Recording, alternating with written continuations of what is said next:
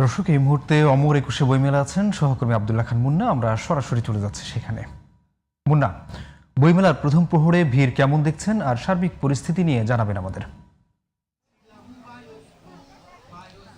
শিমুল, নানান রঙে ঢঙে বিভিন্ন পোশাকে শিশুরা ভিড় করছেন, কেউ বা মায়ের হাত ধরে, কেউ বা বাবার হাত ধরে এই অমর একুশে বই মেলায়। আমি এখন যেই জায়গাটিতে অবস্থান করছি সেটি সোহরাওয়ার্দী উদ্যানের পাপেট শোতে। আপনি দেখছেন যে আমার ঠিক পাশেই এখানে পাপেট শোকে কেন্দ্র করে শিশু কিশোররা ভিড় করছেন।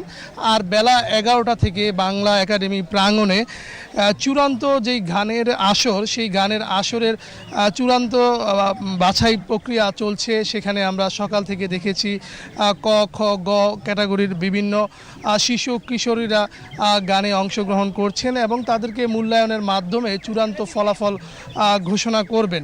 আজকে আমি এখানে বেশ কয়েকটি শিশু প্রহর, যেহেতু আজকে আমরা শিশুতোষ সাহিত্য নিয়ে যে সকল স্টল রয়েছে এবং প্রকাশক রয়েছে তাদের সাথে আমরা কথা বলেছি। তারা বলছেন যে গতকাল এবং আজকে কিছুটা ভিড় অন্য দিনের থেকে কিছুটা বেশি, তবে বেচা বিক্রির দিক থেকে তারা কিছুটা হতাশা প্রকাশ করেছেন। তারা বলছেন যে এখনকার শিশু কিশোররা জন্মের পর থেকে বিভিন্ন ইলেকট্রনিক্স ডিভাইস, ইউটিউব, টিকটকে আসক্ত হওয়ার কারণে অনেক শিশু কিশোররা বই কিনতে চাইলেও তাদের বাবা মা সেটি থেকে বিরত রাখছেন।